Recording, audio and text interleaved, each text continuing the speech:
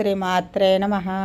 ఈరోజు వీడియో ఎన్ని సంబంధాలు చూసినా వివాహము కుదరకపోతుంటే అనేది ఈ వీడియోలో చూద్దామండి. వీడియోలోకి వెళ్ళిపోదాము. తల్లి తండ్రిలో కానీ సంతానంలో కానీ వివాహ సంబంధ దోషాలు ఉండవచ్చు. సకల దోషాలు పోవటానికి సీతారాముల వారి కళ్యాణం కానీ, శివపార్వత కళ్యాణం కానీ, తిరుమలలో కళ్యాణం కానీ చేయిస్తే అనేక గృహస్థ దోషాలు పోతాయి. వివాహ కార్యం అనేది పుణ్యం ద్వారా జరిగేది శుభకార్యము. కళ్యాణం చేయించడం ద్వారా పుణ్యంలోకెల్లా గొప్పదైన కన్యాదాన ఫలం పుణ్యం కలుగుతుంది. ఆ పుణ్యము పొందడం ద్వారా ఇంట్లో శుభకార్యము తప్పనిసరిగా జరుగుతుంది.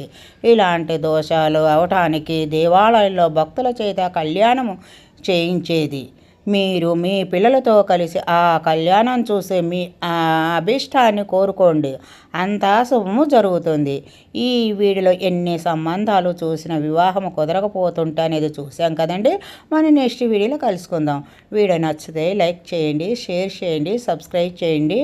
Thank you.